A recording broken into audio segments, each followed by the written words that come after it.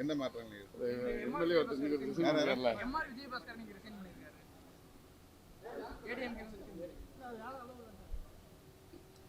உள்ள வர வேண்டாம்.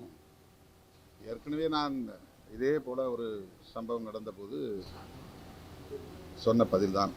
அது தமிழ்நாடு அரசியலுக்கு ஆரோக்கியமானதல்ல. என்ன பின்னணியில் அவர்கள் இதை செய்கிறார்கள் என்பது தெரியாது. இது அதிமுகவினுடைய உட்கட்சி விவகாரமாகவும் கடந்து செல்ல முடியவில்லை.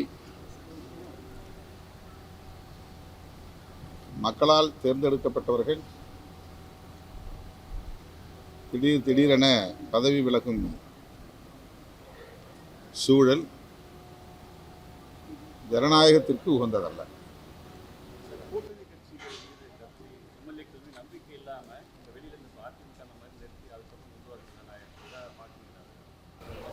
இது உங்களுடைய யூகமான கேள்வி.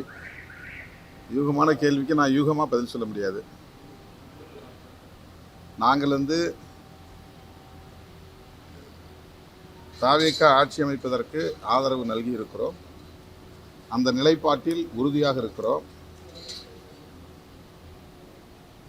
அந்த ஆட்சி 5 ஆண்டுகள் தொடர வேண்டும் என்பதிலும் தெளிவாக இருக்கிறோம். அதிலே எங்களுக்கு எந்த மாற்று கருத்தும் இல்லை, ஊசலாட்டமும் இல்லை.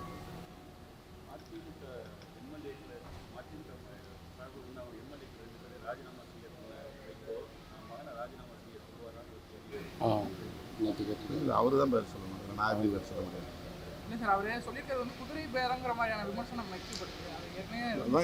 அவர் சொல்ற கருத்துக்கு நான் எப்படி, இது அவங்க உட்கட்சி விவகாரம். இது தெரியலையே, என்ன அது என்ன நடந்துகிட்டு இருக்குன்னு தெரியல.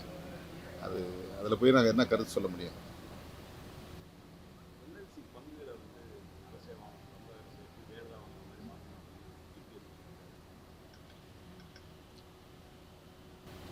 என்எல்சி பங்குகளை விற்கும் முயற்சியை முதலில் கைவிட வேண்டும் என்பதுதான் நம்முடைய கோரிக்கை.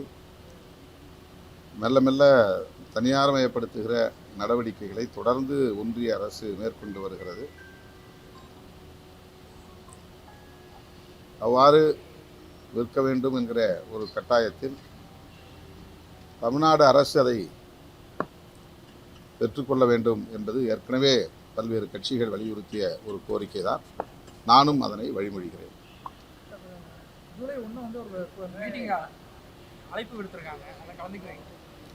இது அமைச்சர்கள் ஆதவ் அர்ஜுனா, ருஷி ஆனந்த் ஆகியோர் நேற்று என்னை சந்தித்தார்கள்.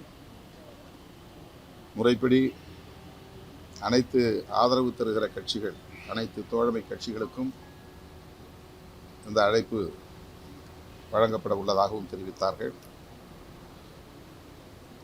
கட்சி தலைவர்கள் மட்டுமின்றி அந்த கட்சிகளை சார்ந்த சட்டமன்ற உறுப்பினர்கள், நாடாளுமன்ற உறுப்பினர்கள் ஆகிய அனைவரையும் சந்திக்கிற ஒரு நிகழ்வாக இந்த நிகழ்வு ஒருங்கிணைக்கப்படுகிறது.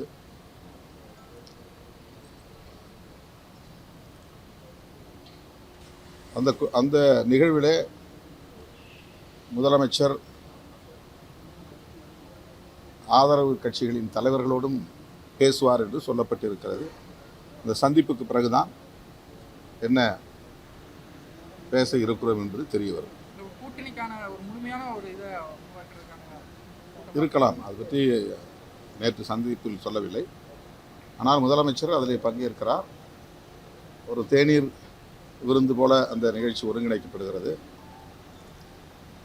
ஆதரவு தந்து கொண்டிருக்கிற அந்த தோழமை கட்சிகளின் தலைவர்களோடு முதலமைச்சர் சில நிமிடங்கள் பேசுவார் என்றும் சொல்லப்பட்டிருக்கிறது. பின்னர் தெரிய வரும். 41 பிரமுகரை சந்திக்கிறார்.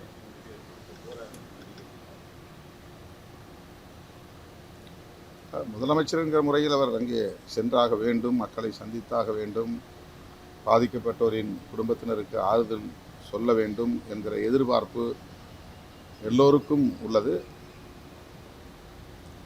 விடுதலை சிறுத்தைகள் கட்சிக்கும் அந்த எதிர்பார்ப்பு உள்ளது. அவர் அங்கே செல்லுவது அவசியமானது. திமுக கூட்டணியிலிருந்து வெளியேற போறதா ஒரு தகவல் வந்து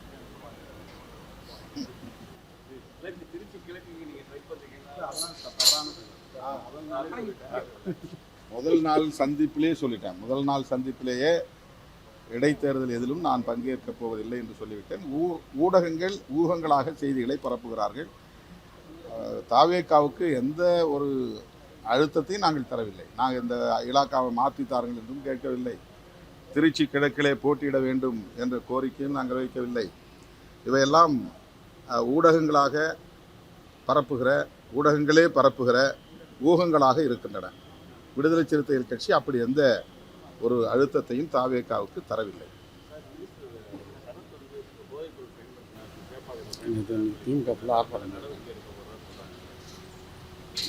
அது உண்மையாக இருந்தால் நடவடிக்கை எடுக்க வேண்டும்.